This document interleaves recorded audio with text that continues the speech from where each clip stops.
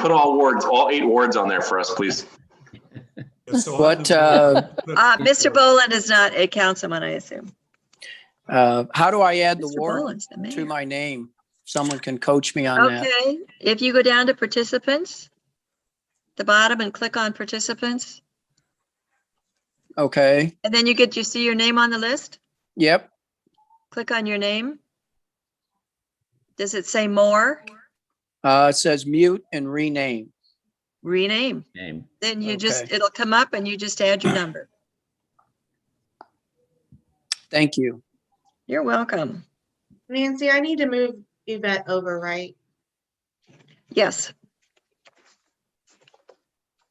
She is our timer tonight. And so she needs to have access. There she comes. Hi. She will be timing us tonight. I'm going to start my speech. Have we opened up for public yet? YouTube is open.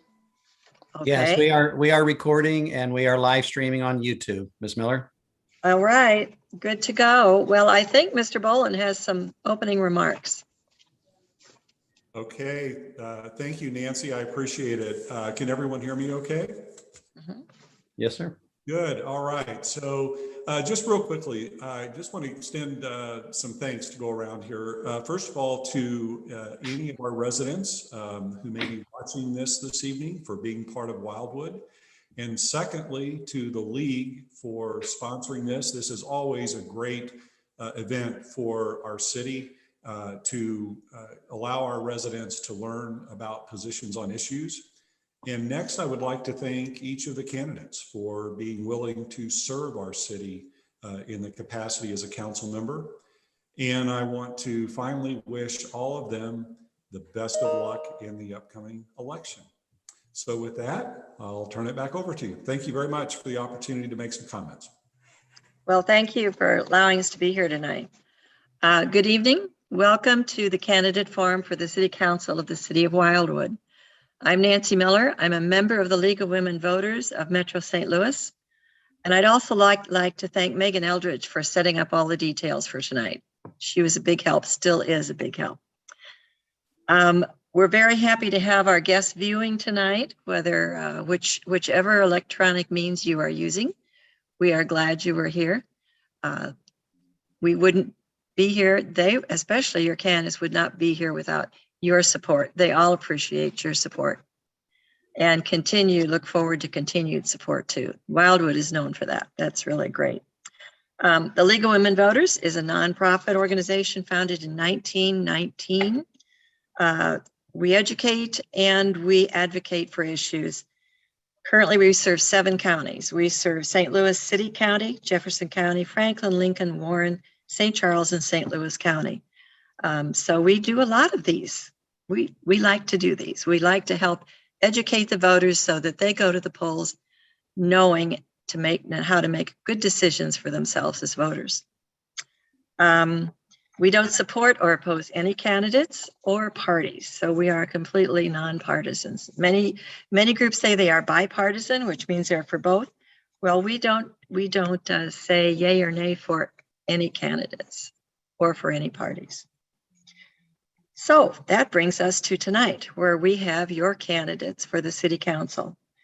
The candidates have read and agreed to the rules for tonight, which just go about telling them that we expect them to present their views. They're here to tell you about themselves. They're here to talk about issues that affect the citizens of Wildwood.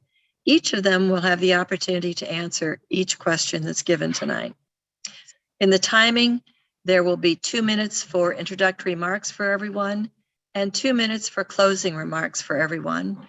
And then they will, and this is the hard part, their answers are 1 minute. That's a challenge. We have a timer tonight, keeping track for all of us. Yvette Kell, she is also a League member. And when there are 30 seconds left, she is going to show you Yvette. There, the 30 seconds. And when there is no more time, she will show you the other side, which does say stop. Okay, All right, I think we're ready to go. All right, beginning, and I'm going to try probably to stay in order of the wards, just because, as I say, pictures pop around and it gets too crazy if I try and do it the other way. So if everyone is ready, we will start with opening remark. Oh, one more thing I forgot to ask. I hope it's okay if I refer to you as either Ms. or Mr. You can write me a note in the chat if there's something else that you'd like me to be referring to you as, okay? So we will begin opening statements with Mr. Brost. Good evening, and I'd like to thank the League of Women Voters for their service and hosting the event this evening. 2 years ago, many of us were here, and the main talking point was a possible city-county merger. And how quickly did that go away and the pandemic arrive? And while there's been a widespread impact of the pandemic to all of us, where I can help and where my focus will remain as your council representative is that of bringing high-speed internet to every resident of Wildwood. You know, during and post-pandemic, and now more than ever, internet is critical, and we all know that. To that end, I'm very pleased to state that 15 of the 16 council members have ranked internet as the top priority of the city. Over the next 90 days, I'm hopeful a definitive plan will be finalized and the execution phase will get underway. You know, the city is also recognizing the need to curtail and improve the various erosion issues throughout our city. And along with erosion, we have several public safety issues where we need to see progress, particularly along Highway 100 from Pond Road to Woodland Meadows Drive. You know, in summary, I'm very encouraged the upcoming session of your city council will work well as a team, and we're going to achieve measurable progress in addressing these priorities. Thank you. Thank you. Moving on to Ms. Edens. All right, let me know when you're ready. Go ahead. Well, once again, thank you to the League of Women Voters, any of you tuning in at home, and our City of Wildwood as well for hosting this event. I am an incumbent from Ward 2. My name is Lauren Edens, and I'm up for re-election for my second term. About me, I moved here with my family in 2002, so I am a graduate of Lafayette High School and Mizzou, where I received a master's in public affairs with an emphasis in public policy, which makes me the only council member with a government education specific to good governance and policy development. I have enjoyed advocating for my residents and working very closely with Don Bartoni, who also represents our ward. As your council member, I chair economic development. I serve on administration and public works and watershed erosion task force and a budget committee as well. I have previously served as the historic preservation liaison and on 2 other ad hoc committees as well.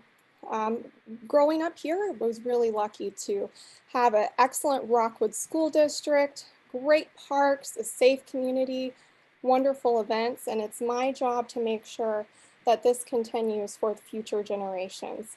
I believe I'm independent and have been an innovative voice on council. I aspire to demonstrate cooperation and respect. And most importantly, I really do enjoy this job. So please remember to vote April 6th. COVID has been an awkward year for campaigning. So you can go to my website, edens4wildwood.com. That's with the number 4. Feel free to fill out a contact form and take my survey to let me know what you think of your community. I am enjoying the opportunity to work together with you to combat new challenges that may arise. Thank you. Thank you.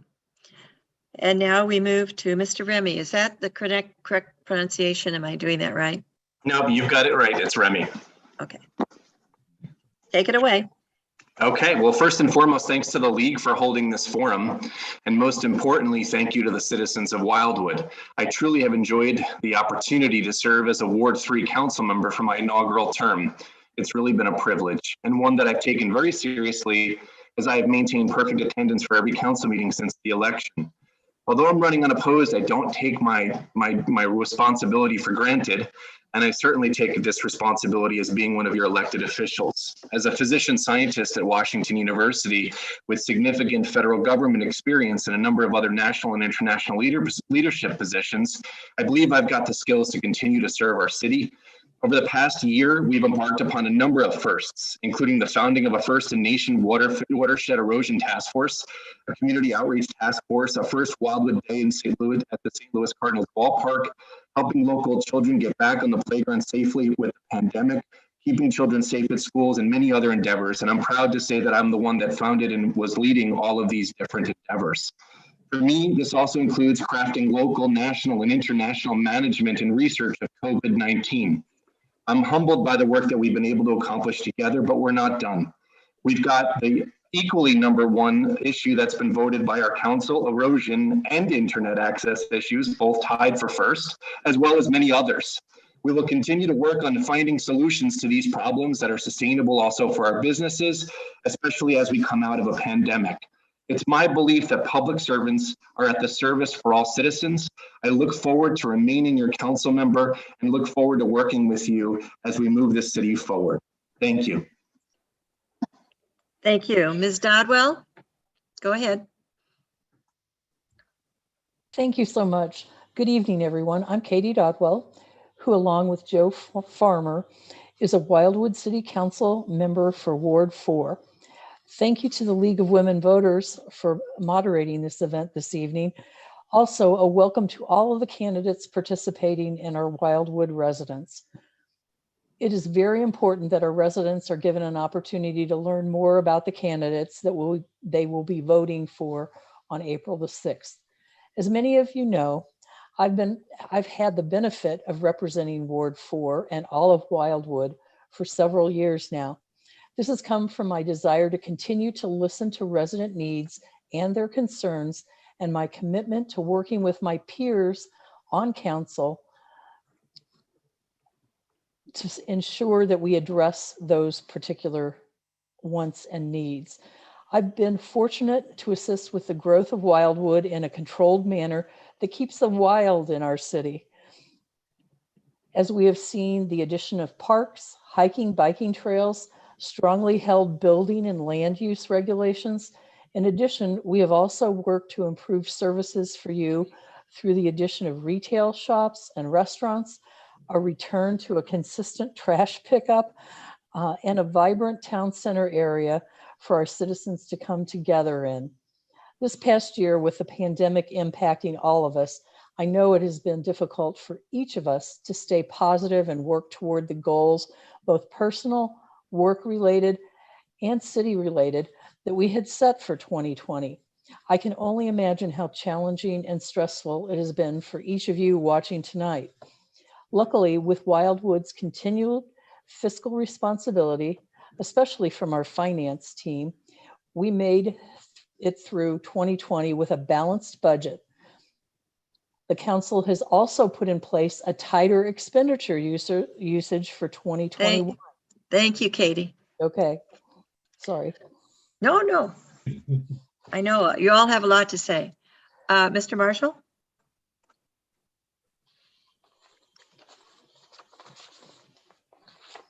Good evening, and thank you for taking time to join us tonight and hopefully get to know a little bit more about us. I've had the opportunity to serve the city of Wildwood for several years. Some might even say too many. I was the first resident appointed to fill the unexpired council seat shortly after the November 1997 first charter was passed, which gave the council that authority. I served an elected council member in Ward 2 for 8 years, elected mayor of this great city from 2004 to 2008. In 2009, I was elected again to represent the residents of Ward 2 for an additional 8 years. I was termed out in April of 2017. And my wife and I downsized and relocated to Ward 5 in December of 2017. I'm here tonight because I believe I can add experience to the City Council in seeking the opportunity to represent the unique needs of the residents in Ward 5. I've served on all the standing City Council committees and was a council representative to Planning and Zoning multiple times. During my tenure, I've been involved in the updated process for the master plans, park and recreational review, town center plan, and most recently served as a committee chair for the 2017 Charter Review Committee. I'll bring the unique experience of attending well over 1,000 public meetings and the explanation as to how and why we've grown into the city we are now. We're living in changing times, dictated by guidelines that continue to change, whether they push down from the county, the state, or the federal government, or based on the changes, the needs of our residents. I'd appreciate your vote on April 6th. Thank you. Thank you, Mr. Marshall. Mr. Bertolino. Yeah, thank you, Nancy, and thanks to the League of Women Voters for sponsoring this tonight. For the past 9 years, it has been my privilege to serve as a representative on the Wildwood City Council, and I am seeking re-election as your representative from Ward 5. While so many of us are weary of political dysfunction and divisiveness, I am pleased to say that our City Council is at present functioning at the highest level of integrity and cohesiveness. We argue over issues, not personalities. We set goals, budget, and solve problems collectively without rancor or personal attacks. This is how government is supposed to function, and I'm proud to say that I feel I have contributed to this tenor and temperature of the council. We have a city that is financially sound, well-managed, and responsive, but we have challenges yet to be conquered. We still have 1/3 of our population without access to high-speed internet. We have creek erosion, which is threatening the property of a number of households, and we continue to have to find ways to bring vitality and new businesses into our urban environment. I see these challenges as opportunities for us as a city to demonstrate that with proper planning, patience, and creative engagement, we can meet all of these challenges. These issues are not either or. We have to meet each one of these threats and work together. I trust that I have the confidence in me in the re-election of this council, and I ask for your vote on April the 6th. Thank you. Thank you. Mr. Jaxie, you're next. Good evening. Thank you, Ms. Miller, and thank you to the League of Women Voters. Welcome to the residents of Wildwood that are attending online tonight. My name is Rob Jaxie. I'm a retired Air Force colonel turned into a high school junior ROTC instructor. I was appointed to the council in January of this year to complete the term of former council member John Boat. I've been a Wildwood resident since 2015 when my family and I moved here. Scott Air Force Base was my last assignment in the Air Force, and shortly after we got here, my wife Laura and I knew that we wanted to settle down.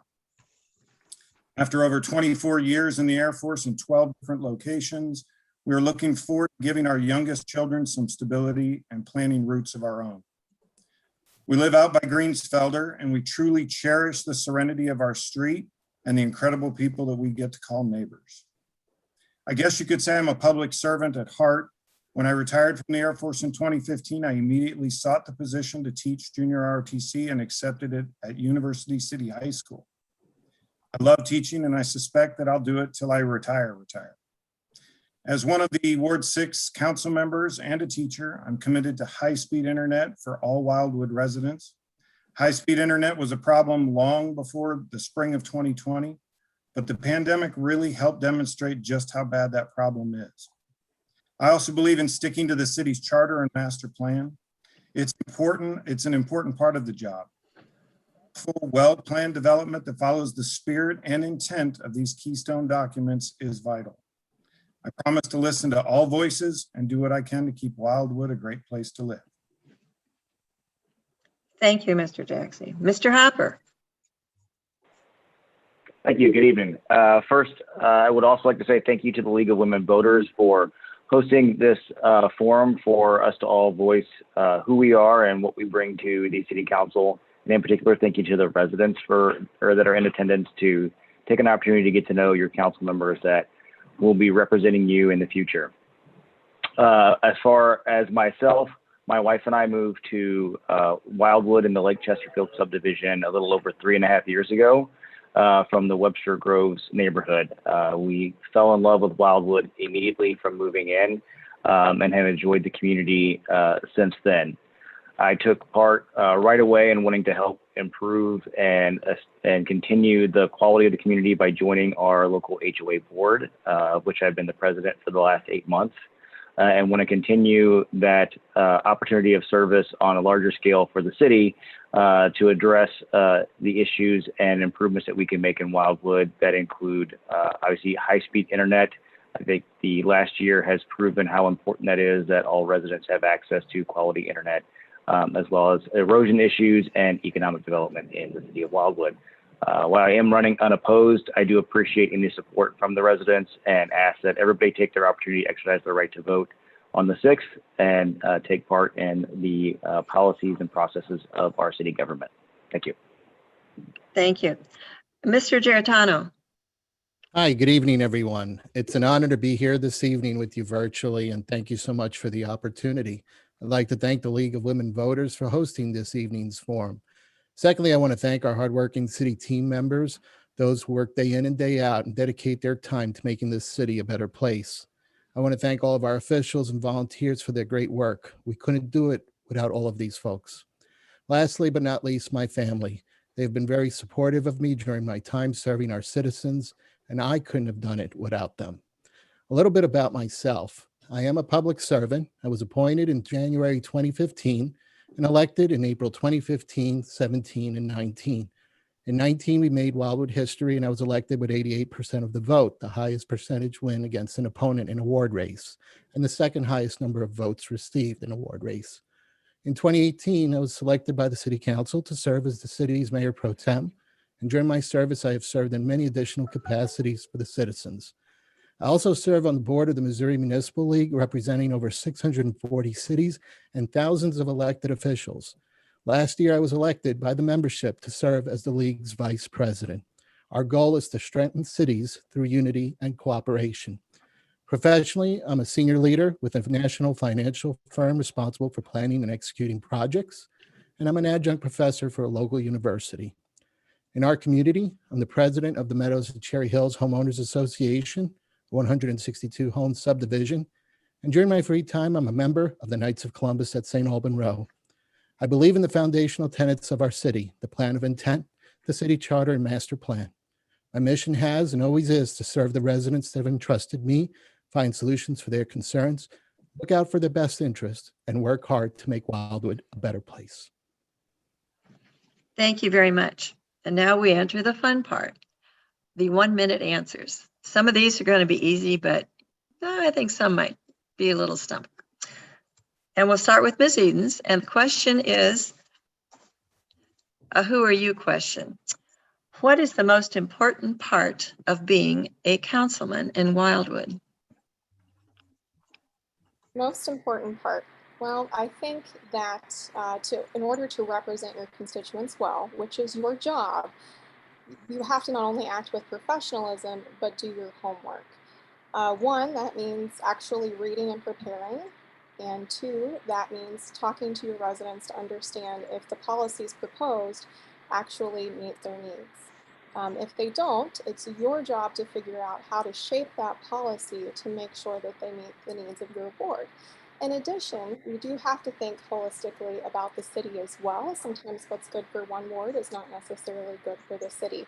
So that's when it's my job to be a steward of the collective. And part of that means acting with good fiscal health as well. Very good. All right. I shouldn't say, I know that's a teacher in me. Sorry. I have to be neutral. That's okay. That's okay. Thank you. Everybody Thank you. needs an extra mom that's encouraging. Everybody. All right. Mr. Remy, would you give us your answer? Sure. Servant and neighbor. I think it's important for anyone that's on the city council to realize that this is an elected position and a privilege given and bestowed by the people. And with that comes great responsibility.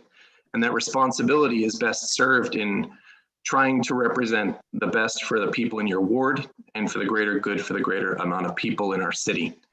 And that starts by being a neighbor. And as alluded to earlier, you know, our nation over the past many years has really become quite divisive. Neighbors don't need to be that way. Public servants don't need to be that way. And elected officials shouldn't be that way. And so I think it's important to maintain a moniker of respect and collegiality as you work towards the greater good for a community. Thank you. Ms. Dodwell? Thank you. I tend to agree with everything that both Councilmember Edens and Councilmember Remy had just indicated, but I think listening is a key component of representing those that we are here to serve. Without listening, you don't know what you don't know. You also don't know what your residents are wanting you to pay attention to and to deal with. I have residents throughout my ward that have offered their suggestions, offered their perspectives, and I cherish that, because without taking on the role of garnering collaboration between all of our residents, I think Wildwood loses. And so my goal as a council member is to do that listening, not only for my ward, but for the entire city. And Thank also, you. Okay. I can't do it. Mr. Marshall. Great. I think it comes down to just the ability to communicate, and that certainly starts by listening and not overreacting to one side of the story. There's always three sides to every story. Be respectful, hear what everybody's input is, and then try to go back and get those people who are unhappy to understand why those decisions were made. And just over the years, you know, some of the toughest things you have to do are to vote against things that people don't agree with. But at the end of the day, you're there to represent your council ward as well as your city and doing what's right for that. So the communication is key, and just being respectful that whether they agree or disagree, you still need to be respectful in your role as an elected official. Thank you. Thank you. Mr. Bertolino. Yeah, thank you. Three, and we've all been saying the same thing: listen and try and find consensus. Listen to your residents and listen to the other council members to get a full scope of what the issue is for all the wards. Secondly is be prepared. Be prepared for every meeting, do your homework, and use the council time efficiently. And finally, find the solutions that are for the greater good of Wildwood. And that takes a lot of time and effort and good communications. Thank you. Mr. Jaxie.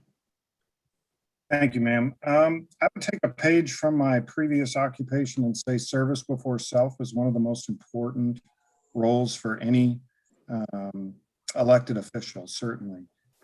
Putting the needs of our constituents before our own is important.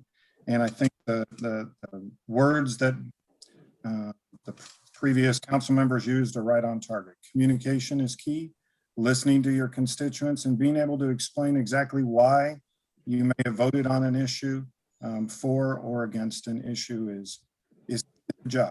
So communication and service to others. Great. Oops. Thank you. Mr. Garitano. Sure. I would agree with the comments that you've heard tonight. Communication is key, and I try to practice that communication in both ways, listening and also communicating out. And so I'm a big believer in face-to-face conversation. I do a lot of newsletters that keep our residents informed over the years. I also communicate by email, and I like to do surveys because it's so important to get the pulse of the residents, to understand what is their top concern so that we can address it and work together as a council for the betterment of our city and our community. Thank you very much. Mr. Hopper? I think a key term that I would use is accountability. You know, we are in an elected position, and so we are accountable to the members of our ward, that we are respectful of their opinions, that we are representing them in the best way, that we are capable in this position, listening and understanding what their needs and concerns are. We're accountable to Wildwood as a whole, so that all residents' opinions and concerns are addressed. And we're also accountable to our other city council members in these particular different items as well. So if we do happen to have a disagreement with maybe someone else's opinion, that we bring a knowledge and understanding of what their side is and able to provide factual reasoning behind the disagreement and what the different perspective may be. Thank you. Mr. Brost. Yeah, I'll emphasize listening. There is a lot of homework to do in preparing, but I'm really, I think the more you listen, the more you learn. And if you can't listen, you're not going to learn. So I do feel listening is very important. Another important part that I think is working very well right now for the city council is that it is actually working as a team, being respectful to each other is also, I think, a very important part. Thank you. Thank you. All right. This time, this question will go first to Mr. Remy, and this is from a resident of Wildwood. Should the city use public funds to improve private properties if the improvement benefits the city altogether? Well, I don't get started, I guess, with not a tough question. You know, the city's responsibility is certainly to its citizens, in my view. And that means keeping all citizens safe and keeping keeping public infrastructure safe. And if there's opportunities where there are conditions on private property that threaten public infrastructure or the greater safety for even private and communities, I think it's incumbent upon the city to take an active role to try to mitigate much of that unsafe areas or things that may in fact impact public infrastructure or public property. And so from that perspective, I think that you take everything in context of what the situation is, but there are situations where certainly private property issues do become part of the public domain. Thank you. Ms. Dodswell?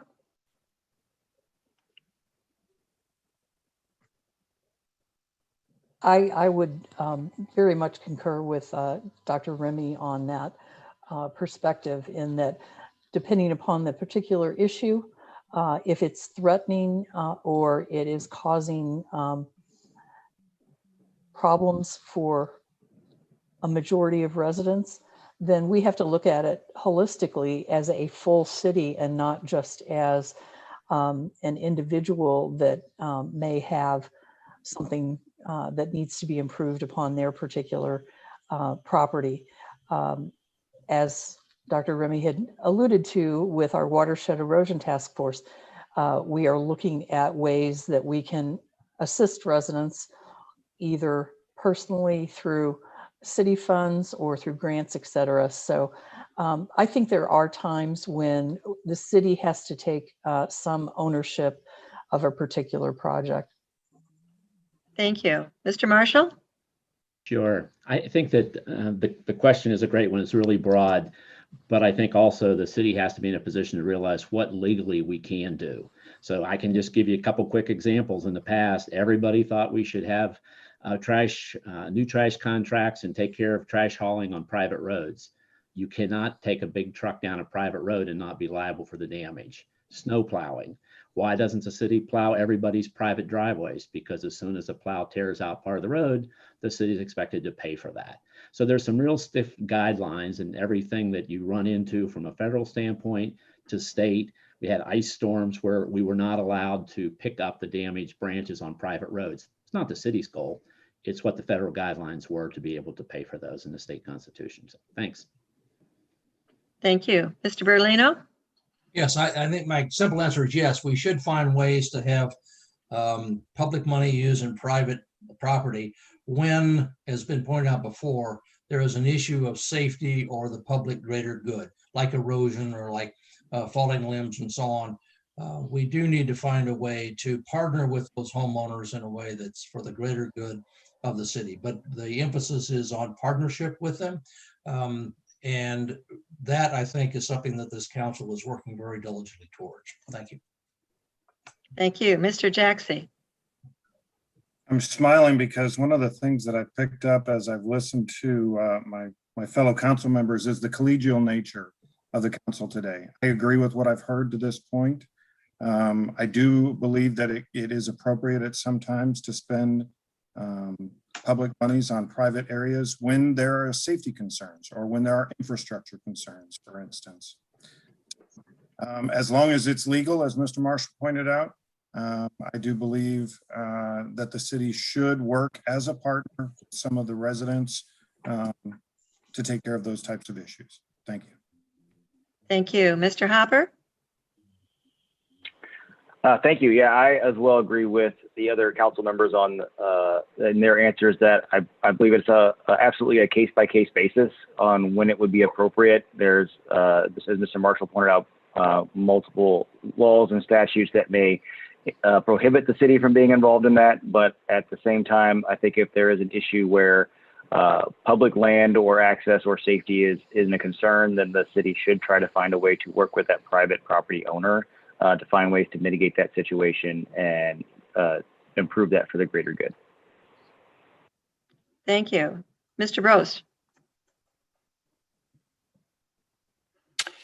Yeah, I certainly feel there'll be situations where it's appropriate, but again, it's an item I think has to be reviewed on a case-by-case basis.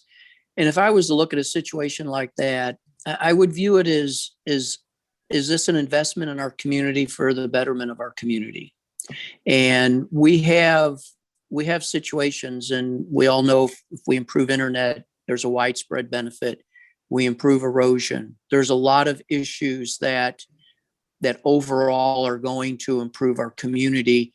And I guess I just look at it as it's like an investment in our community. And is it a good investment for the community? And that's where I'd sit back and look at it in that perspective. Thank you. Okay, thank you. Ms. Edens?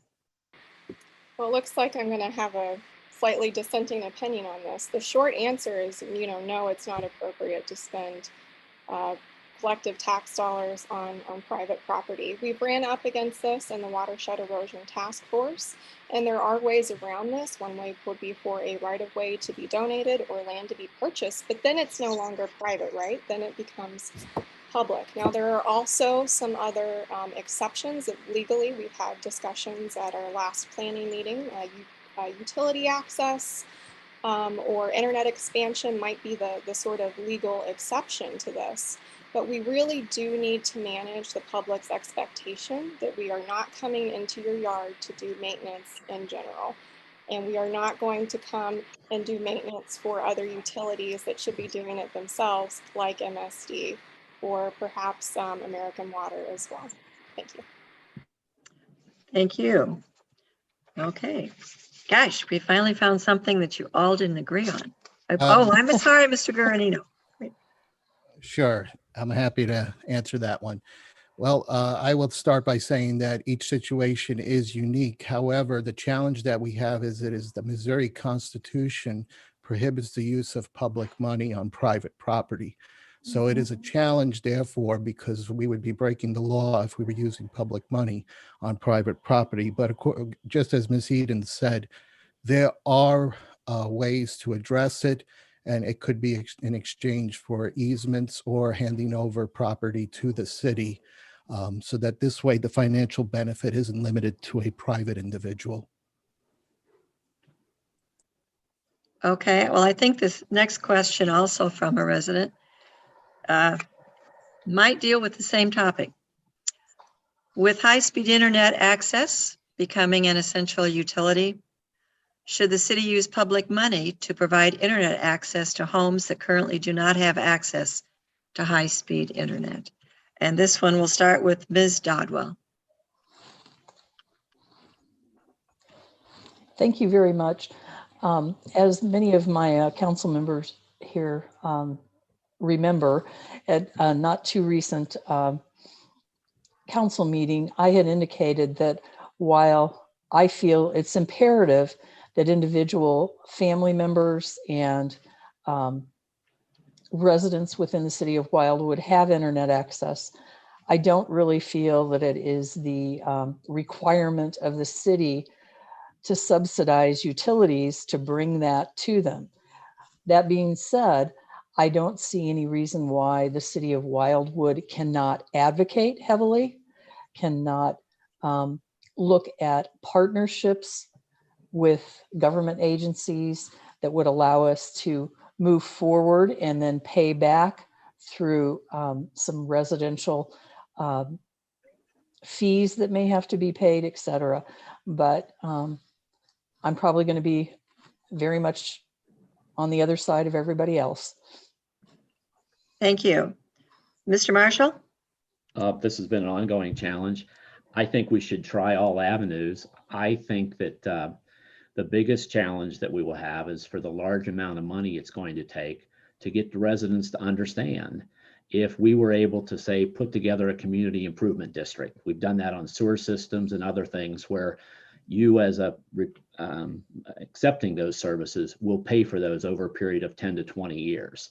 And a lien is placed on the property in order to do this. There are ways, and you could do that, but people then will say, well, I don't want it. You're going to have to get a commitment to have everybody to do it. So I think there's ways the city could do more, and the city has tried desperately for at least the last 12 years. We just live in a rough terrain. But I would think that one of the best ways is to come up with how the city coordinates it, but it's not city money. It would be bond money that would be generated or sold on the market in order to do it, similar to a community or the sewer system that we currently have, where the people are paying for that each year. So thank you. Thank you. Mr. Bertolino? Yeah, I think we have unanimity, not only on the council, but on the population as a whole, that high-speed internet is becoming and is now the utility that everybody needs. How we get from here to total access is a really bumpy road. I personally would like to see a partnership. I like the concept of a SID or a NID issuing bonds, but that means convincing the public that that's the right thing to do. We've got a long road ahead, but we all have a similar goal in that we want high-speed internet for everyone in Wildwood. Thank you. Mr. Jaxie? So I'd like to echo what Dave just said about we want it for everyone in Wildwood. And while living in Ward 6, I think I probably feel the pain more than some residents. I know that there are residents in every ward that are struggling with this issue. Because I believe that there are residents in every ward that are struggling with this issue, I do see it as a citywide program issue. I do see it as something that negatively impacts on property values for all residents in Wildwood. So I do see a benefit for everyone in Wildwood if we can get this issue solved. I do like the idea of using public monies at least to initially bring in a company to help get that access to some of the remote areas that without that kind of investment just simply is not going to happen, and then hope to see that fees or some other way of recouping the money from the residents becomes the route forward. Thank you. Mr. Hopper? Yeah, this will be another issue that I will echo the other council members in. I wholeheartedly believe that high-speed internet has become a crucial staple of quality of life. It's almost at the point now of you need clean water and electricity to run. Now high-speed internet is almost at that same level in order to function on a day-to-day basis. So I think it's crucial that all avenues are explored to find ways to ensure that all Wildwood residents have access to high-speed internet. And as has been mentioned previously, it's a complicated road when you look at utilizing public funds to assist with that. I think that definitely finding options where we can subsidize that up front, but have ways to recoup that cost on the back end to help get residents up and going with it, and they see the benefit of it, so then they are able to help provide that refund back to that. Thank you. Mr. Garitano? Sure. This is a different question than the one that was broad before. Internet is a utility, and using public taxpayer dollars for utility services are legal and allowed. And in fact, this past week in the House over in Jeff City, a bill made great progress to allow the creation of an internet overlay district, which allows municipalities a vehicle to be able to fund internet projects here.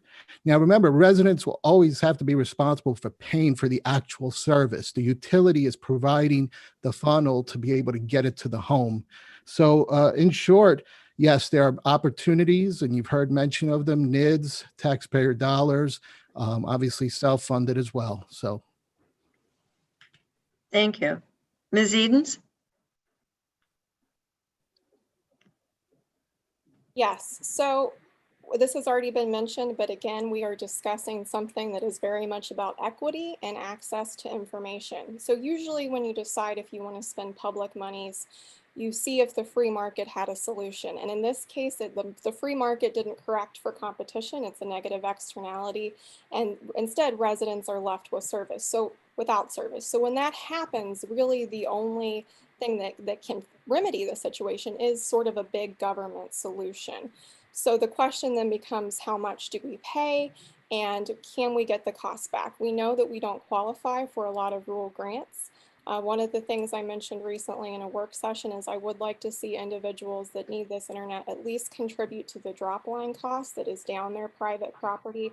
But I don't see a situation where this fixes itself without government intervention and dollars spent. Mr. Remy? So, irrespective, I will say it this way. If you don't have access to electricity, you can't turn the lights on. You can't pay for them because you don't have access to it. We can't be council members and continually say that we want to listen to our citizens if they don't have in 2021 the methods by which they can communicate with us effectively. And as we've learned in this pandemic especially, it's vitally important to have access to internet to be able to do what we're doing. So I would say that we have to get creative. We have to find ways for the city, through partnerships, through industry, as well as through the state, to get our citizens what they need to enjoy their lives. Okay, thank you. All right, this is like lightning. Oh, I'm sorry, I did it again. I've got to get a new chart. Mr. Brost. I was assuming you didn't want my answer. No, it's you can't even see it because, yeah, never mind. Well, I'm going to be a little bit more of a hawk here, but I do believe that this should be funded by the city. It is far too critical. I think we need to keep the structure as simple as possible, because even if we keep it as simple as possible, it's going to get complicated. And as I mentioned earlier, I don't think there's a better investment we can make in our community than to get high-speed internet to every door. And while with a lot of city spending, there's discussions as to how the city recoups their money. And I think that the way, whether we're talking about a bridge or a road or internet or erosion, I think they're all equal. So we either, we need to look at what the residents want, what they need. And right now, it's just the most important item, and we've got to jump on it. And that's what I'm going to be doing. Thank you. Thank you, sir. One of the fun things that we get to do when we moderate these forums all over the St. Louis metro area is listening to different councils and the issues and the solutions. And I know you're going to come up with one for these issues for sure. A lightning rod for a little break. All right. So no explanations, just what comes out. You have your magic wand. Money is no issue. What are you going to do for the city of Wildwood in the next 5 years? Again, money's no issue. What are you going to do?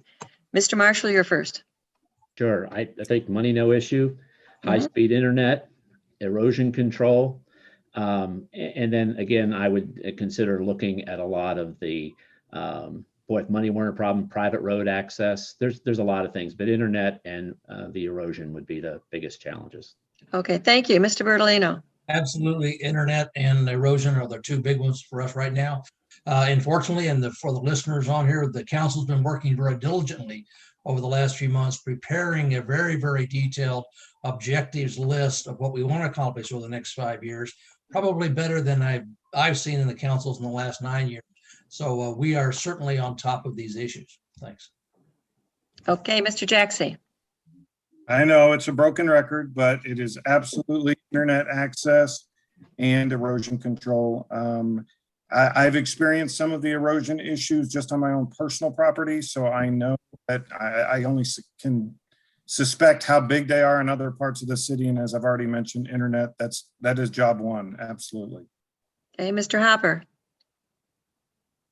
Yeah, you guys are going to get sick of hearing the same thing over and over again, but absolutely high-speed internet and erosion control. I know there are crucial issues for the city of Wildwood, and if we had a magic wand that could take those away, it would be amazing what we could do. So would love to see those corrected. Okay, Mr. Garitano. Sure, and I'll also echo the same thing. We've already talked about internet erosion, but most importantly, we've got road safety, which is a critical issue.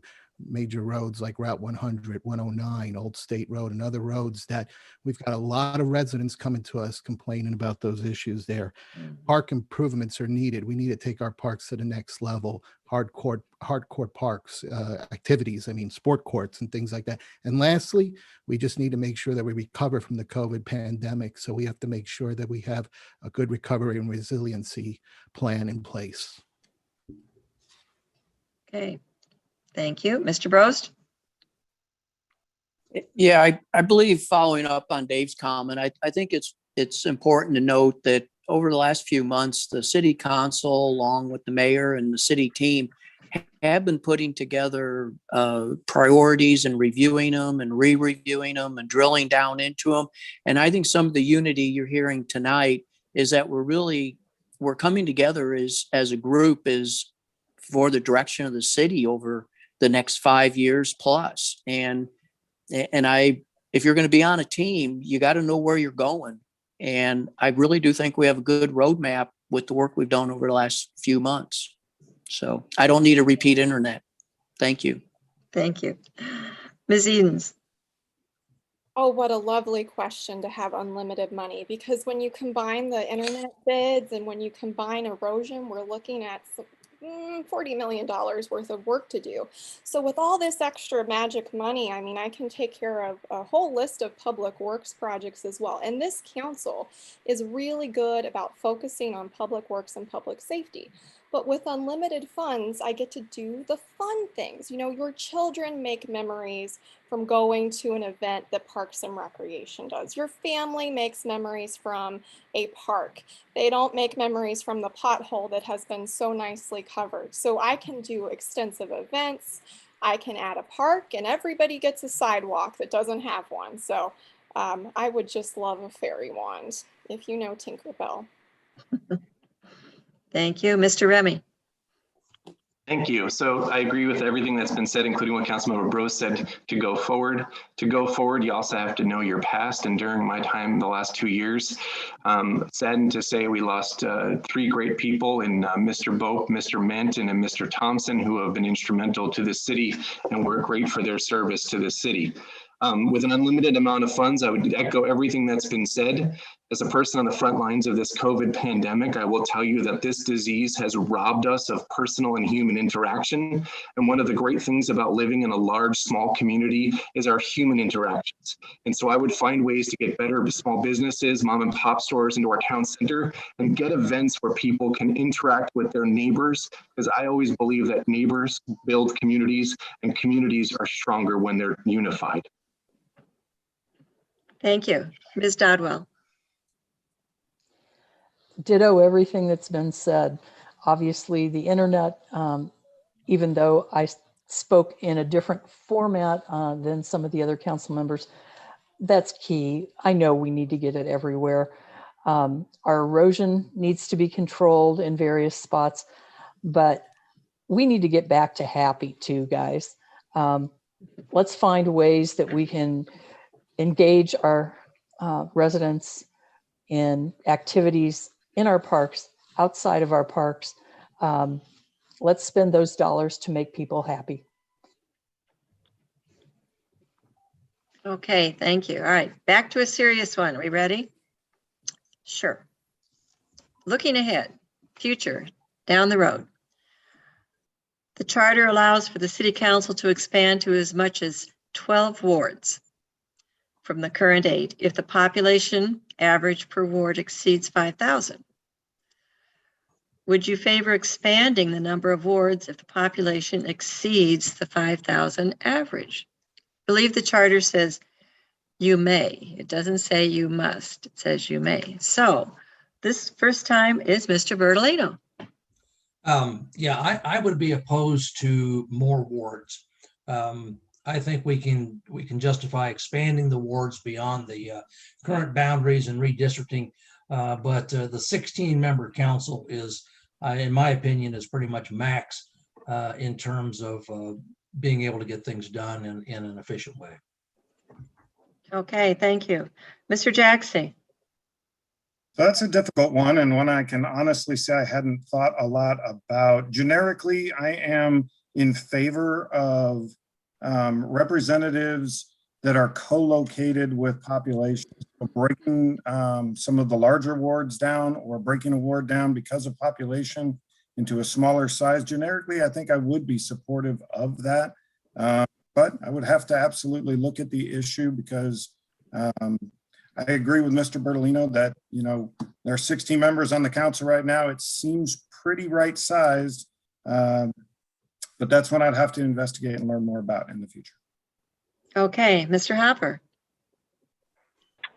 Yeah, I'd have to agree a little bit with Mr. Jackson. I think it would depend a little bit on where we saw the population growth and what areas could potentially expand out. I'm also a fan of keeping things to a minimum when it comes a little bit to what we need in representation for government, but also we want to make sure that we do provide representation for everyone. So if there is certain areas in particular that would expand in population and geographically would allow for the benefit of having additional representation, I think it was something we would need to consider. But I think it would definitely be on a case-by-case basis, and I'd have to educate myself better on that as the time would come.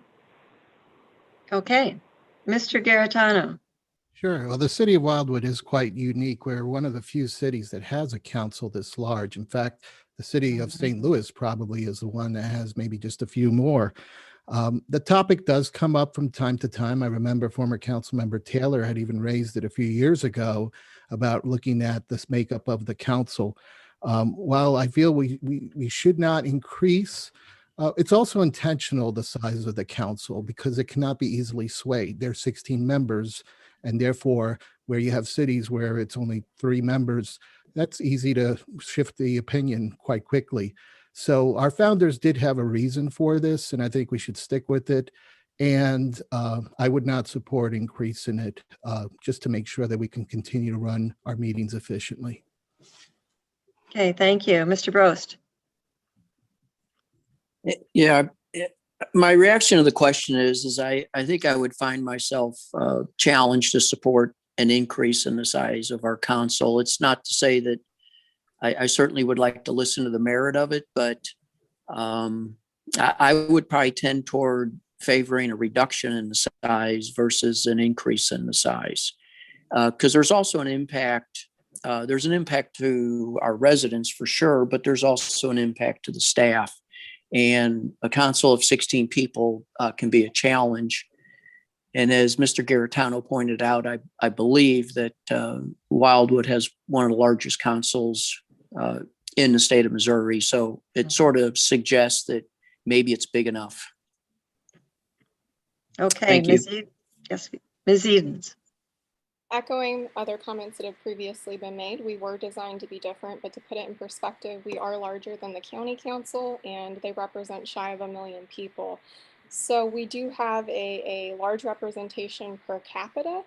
Now, to be honest, after serving on committees and on council, I don't know how we could function with that many more members and have meetings with reasonable times because it's so dependent on individual personalities.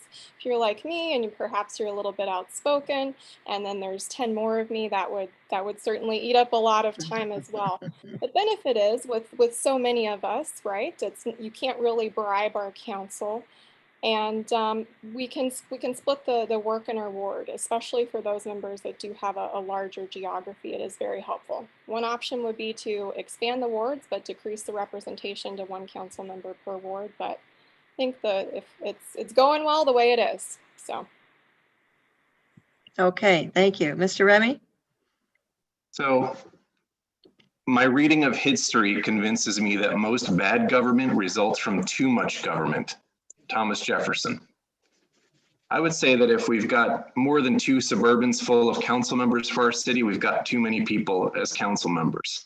I think what we do need if we grow even bigger is more city employees. because those are the people who are phenomenally working day to day, full time for this city. And I think we would be better served to get more folks working within our city hall so that we can help our citizens every second of the day. And therefore, I don't think bigger government makes better government. Thank you. Ms. Dodwell. I concur very closely with what's been said previously. I think that we have a great number in our current council that balances quite well. It gives us 2 representatives for each ward. Even if we expand our population, I think we can still hit the mark and give them the efficiencies that they want to look for, as well as the services they want and need. I also concur with Dr. Remy in that I'd rather see us add additional staff to help support interactions with our residents versus expanding the city council. Okay. Mr. Marshall. Great question. It really won't be up to the council. It is embedded in the charter, and the council will experience this year, once the new census comes in, there'll be a redistricting of all the current wards anyway. So the city's done that twice every 10 years with the census. And the council would have the authority to delay it 1 year, and then it has to go to the voters. The whole intent of the city when we started was we had 1 representative for 350,000 people as a county executive. And we decided that what was the right number, and that's the reason it was written, to take the city up to 60,000 people, which it was determined it couldn't get over that it would allow to develop 1 additional ward. Studies have been done. You do it by going right down 100 and pull off all of the wards to make that 9th ward. Logically, that's how it's expanded along the development of 100. So, thank you. Thank you. Okay, this is going to be your last question before closing statements. And I would like you to, well, let's see, magic wand didn't work so well, but this is still kind of off the cuff. You're up at Deerbergs and somebody comes up to you and says, you know, we're just kind of looking around for a place to live in the St. Louis area, and we've heard a little bit about Wildwood, but why do you think we should move here? First off is Mr. Jackson. I think I'd start by telling them why we moved here. One of the biggest reasons for us as a military family who've lived in a lot of locations is schools. The schools that we've been associated with, both myself and my in-laws that also live in Wildwood, have been absolutely phenomenal. And so schools was #1 for us as a military family, and that's what I would start by recommending. But then you get the rest of what comes with Wildwood, which is the green spaces and the larger acreage, which offers just that level of, you know, I used the word earlier and I still like it, serenity, right? I get the peace and quiet by living out here, but you also, you know, in other parts of the city, you can find pretty much anything that you're looking for. So I'd start by schools and then welcome them into the much more natural environment that we have out here. Okay, I'm going to be really nasty here because I think I would hear, let's see, 8 versions of that. So I'm cutting the time down. All right. You've each got 30 seconds. So next is going to be Mr. Hopper in 30 seconds. Timer, can we do that? All right. Okay, Mr. Hopper, 30 seconds. What would you tell him? The main thing I would tell them is just the great atmosphere of the community that we live in. Everyone is very friendly. You're provided a space given by the large lot size, but still access to plenty of amenities and great things like town center that provide a great quality of life while still providing some separation to kind of live your life in private as well. Thank you very much. Mr. Garitano. Sure. Well, our city is probably one of the most financially stable, and we have one of the best reserves in the cities just around us. As you heard, the school district, we're very strong in preservation and conservation.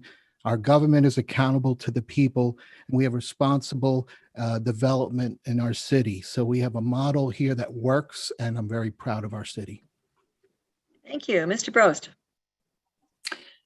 I guess I would say that every evening or day when I come home, it's always a pleasure to pull in my driveway. And it's sort of like when we built our home, we not only built our primary home, but we built our vacation home. And it's still a charge every time I come home. I love it. Thank you. Thank you. Ms. Sedens. The public school system, the rural setting, the suburban setting, the historical communities, the parks and trails, the community events, the safety, the proximity to amenities, general housing choices, and most importantly, the people, especially in Ward 2. Thank you. Mr. Remy. Any city that was founded by a bunch of people that became activists so that a highway didn't go down and destroy their green space is a good place to start to live. That's what we started with here. That's what we protect here. That's where we live. Green space is what we love. We've got deer that outnumber people by 2 to 1. And if you think about this, where you have the privacy to enjoy your own life, but the public ability to enjoy the company of your neighbors. That's Wildwood. Thank you. Ms. Dodwell? I grew up in Defiance, or outside of Defiance, Missouri. So this gives me the ability to be in the wild of Wildwood, but also have the amenities that I need, have the access to the great things within the St. Louis regional area as well, and to feel like I'm still in a small town because I can walk anywhere throughout Wildwood and there's somebody I know that I can say hello to, that will say hello back. And I think it's one of the friendliest cities that I have ever lived in. Thank you. Thank you. Okay. All right. Give you a couple seconds here to get your thoughts together. Did I miss somebody? Yes, I did. I thank you, Mr. Marshall. See? I think it's a great place to raise a family and to live. I will say a challenge we've always had as a city. It is very difficult to get young single people and young couples. The cost of living is high, and singles, no public transportation is a challenge for some families. So I think I'd ask that question. Tell me a little bit about your family before I just say there's no better place for a single person to live than in the city of Wildwood, because they probably wouldn't be very happy later. Thank you. And Mr. Bertolino. Yes, thank you. I would simply say to that person, look around you, drive around, you'll see all the things that make this city a wonderful city. What you can't see, but what is paramount, is that this is a city that's committed to its citizens, first and foremost. We do everything for the benefit, the welfare of our people. That is our primary goal. And that's what you can't see, but what you live with here every day. Thank you. Did I cover everybody? Looks like all of my boxes have checks in them finally. Thank you. Again, just take a couple minutes. I just have a couple things to say. Thank you for letting the league be with you tonight. I always have to remind people that we are a nonprofit and it costs money to do everything we do, just like for you folks. And we are everything that you can donate. We are completely tax deductible for everything that we do. We're a 50c3. And I just remind you too, with April 6th coming up, of course, you all know this because you're on the ballot. But this election in April is typically our lowest turnout time of year. And I think our last one was maybe 18%, which is really sad. So if there's some, get out the vote ideas out there. Remind your friends, your neighbors that they might think, oh, it's not that important, but it's one of the most important things is to get in the habit. We used to go out and do things at the high schools before these elections. I've talked to lots of senior classes at Marquette about government and voting and everything, but that doesn't happen with the Zoom anymore, and I miss that. So thank you again. You have done a wonderful job, much better than I have. I've, made more than my quota of mistakes tonight. I apologize. So it's time to start, and we're going to start this time just for fun. We're going to go backwards. How's that? Okay. So, Mr. Garitano, you get to go first with closing statement. Sure. Thank you very much. Well, tonight we heard from some very great folks here, and I want to thank all these candidates for stepping up to serve our great city for another 2 years. And I want to thank the League of Women Voters. So I just want to remind the residents of why they should vote for me to continue to represent them. And number one, I believe in accountability, being the voice for our citizens. Number two, three, community engagement, being an active part of the community is so important. And I truly believe in getting out there and meeting our residents and talking with them. 4 is building relationships. And again, I find that wherever neighborhood I go to, or whatever business I walk into, there's a good chance I'll run into someone that I know. And these relationships just don't stop here in Wildwood. I make it a point to even go to Jefferson City several times a year. I was just there last week to remind our state legislators about us and make sure that they're looking out for us. I also believe in delivering results, and my record of results speaks for itself. Lastly, given the year that we've had with COVID, I want to make sure that we continue to work on taking these steps again to make sure that we have a good, solid plan for recovery and resiliency of our businesses here in the town center. I'm honored to serve and look forward for the opportunity to another term. This job is about we. It's not about I. We all come together, and that's what matters. Thank you for your support. Thank you, Mr. Garitano. Mr. Hopper.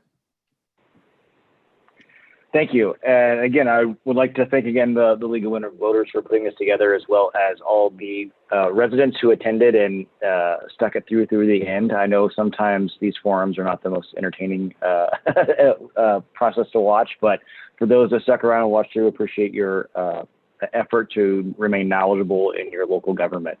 As far as for myself, I know I am not the most experienced council member that's on this panel today. This will be my first term, but looking very forward to working with everyone that is on the council now. And as far as my approach to all work is, it's a collaborative effort across all wards and all representation. So I look to myself to bring an objective opinion and voice to the council, look at every issue based on its facts and merits, and then provide any support or judgment accordingly without bias or personal reflection upon that. So thank you for your support, and hopefully everybody gets out and votes. Thank you. Mr. Jaxie. So Ms. Miller and Ms. Kell, thank you both so very much for helping out this evening, and thank you to the League of Women Voters for hosting this. Thanks to the city staff as well for helping out. To the residents of Wildwood, thank you for submitting questions. And for those of you that have stuck with us and listened tonight, I used the word collegial earlier when I referred to my fellow council members. That's not to say that we don't disagree. We do disagree from time to time, but we do it collegially. Meaning we collaborate, we talk about the issues, and I can tell you I've been swayed several times by the very people that you've heard from tonight on multiple issues already. I won't promise to have all the answers. I will promise to do my best to look into the issues and to listen to the residents as I help to influence the future of Wildwood. It was an honor to serve in the Air Force, and I suspect it's going to be an honor to serve as your council member as well. I look forward to serving and would encourage the residents to get out and vote next week. Thank you, sir. Mr. Bertolino. Thank you. And again, thanks to Nancy and Yvette for hosting this tonight, and to the League of Women Voters. I will end like I started and say it's been my privilege to serve the citizens of Ward 5 and the city for the last 9 years, and I hope to continue that. I hope that you will all come out and vote on April the 6th, and I hope that I will be serving you beyond that point. Thank you. Thank you. Mr. Marshall? Well, I'm going to jump right on and thank the League of Women Voters again for holding this event. I think it's a great opportunity for those people. Actually, hopefully that we'll have people that were able to watch through Zoom that might not have attended a face-to-face meeting. My reason for serving the City Council is to promote efficient and local government and to represent the needs of Ward 5 as they relate to the progress of the entire city. It's our challenge as council members to balance the needs of a growing city, both residential and commercial, without doing any damage to the environment. I'm committed to devote the time and energy to make Wildwood a great place to live and raise our families.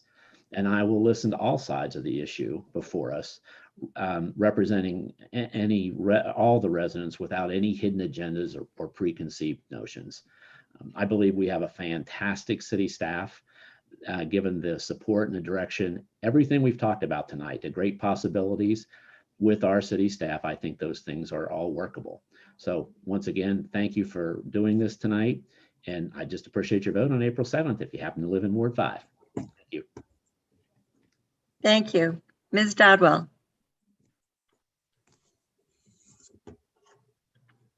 Thank you again to the League and for all the city staff for pulling this together this evening.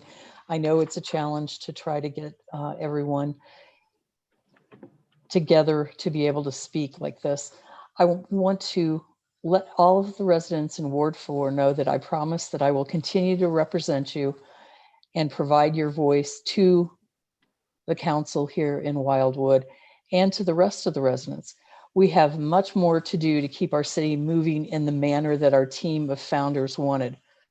Serving each other, keeping green space everywhere possible, being fiscally responsible, providing services to our residents as cost-effective as possible, and most of all, enjoying the beauty, the kindness, and the fun of Wildwood. Be sure to get out and vote next week. Thank you. Mr. Remy? Thank you. So Dwight D. Eisenhower said, "Only strength can cooperate." I've dedicated my adult life to helping others as a physician scientist, community activist, or neighbor. My wife Allison and I have been resolute to preserve a community where neighbors say hello, green pastures are preserved, and each of us works for the greater good for the community because we treasure what it holds. We believe in public service because a servant's responsibility is to solve problems for the people one represents. And the single most important ingredient in that recipe is transparency, because this builds trust. Trust developed in public and in my private life as my wife and I teach this to Caitlin, Emma, Richard, and little Kenny. It is for these reasons that I endeavor to earn your vote. I'll continue to support local businesses, the WBA, preserve our green space, promote an economic development plan, legislate a cure for erosion, address local opioid problems, and tackle the ramifications of a horrible COVID pandemic that I've been dedicated to my efforts to eradicate. Mother Teresa said, "I can do things you cannot. You can do things I cannot, but together we can do great things." I support this wholeheartedly as we approach serious issues that develop in our neighborhoods and grow forward together as a city of neighbors. Thank you. Thank you. Ms. Edens? Once again, thank you to the League of Women Voters, my fellow council members, and soon to be new ones perhaps. And thank you to the city staff as well. I am looking forward to serving again. I am unopposed, so it would be my privilege and my pleasure to continue here in Ward 2. I have been able to joyously participate and bring new programming ideas to the table, like Winterfest, a tourism campaign, veterans programming, and hopefully a rescheduled lawn and garden summit. And I'm not done yet. I still have some work to do with the council, especially on some HR policy and long-term fiscal health planning. I have been fortunate to develop a relationship with the Wildwood Business Association and the Missouri Municipal League. Dawn and I together have also been advocating for our residents, especially on issues of public safety. That includes everything from guardrails to erosion and even neighbor-to-neighbor disputes as well. A lot of things have gone wrong in the last year and some months. And if it feels like the world is falling apart, I want you to know this, as we have a very strong council.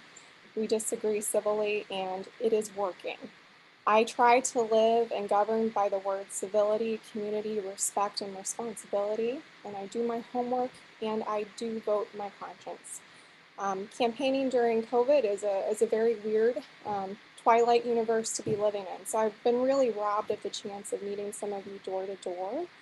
So what I'd like you to do is to visit my website. That's edens4wildwood.com with the number 4. Feel free to fill out a survey or a contact form. And most of all, remember to vote April 6th, and you will receive a voting sticker like the one in my background. So thank you again to our residents, and thank you for your support. Thank you, Mr. Brost. Okay, it's nice to be last. Yeah, I'd like to thank the league. I think this is quite a benefit for all the residents of Wildwood, and really for even the council members to hear from each other as we approach the election. 2 years ago, I was a little reluctant. Right now, I'm actually excited about the next 2 years. We have so many good things going on in Wildwood, but I think it's also incumbent upon me to focus on maybe what's not so good, because that's what we all need to work on to improve. And that's really, to me, I can mention a lot of things, but I'm still just going to come back to my little pet project called internet. It's just, we really need to make progress this coming year. I think it's critical. But again, I believe that where the council is today, compared to some past councils, is I think we're just really in a very good position to accomplish a lot for the residents, and really focusing on issues. And I think it was stated earlier, issues versus personalities. And lastly, I'd like to say is that, we do really have a wonderful city staff. And if I've said it once, I've said it 100 times, I wouldn't want their job. The number of evenings, weekends, and maybe they do a good job hiding it, but I don't hear complaints. So we do really have a lot going for us, and I think we're in a great position to accomplish a lot. Thanks again. Oh yeah, and please vote. Thank you. Yes, thank you, candidates. You've done a super job. A lot of people don't realize how tough it is. A lot of work, dedication. Some nights you'd rather do something besides go to a council meeting. Thank you all for your public service. It's individuals like you that make everything work. And that's been for the last 5 years, that's been our slogan for the League of Women Voters, is make democracy work. And you are doing your job. Thank you all. I say goodnight to the league, for the league. And I'll echo also, April 6th coming up. Vote.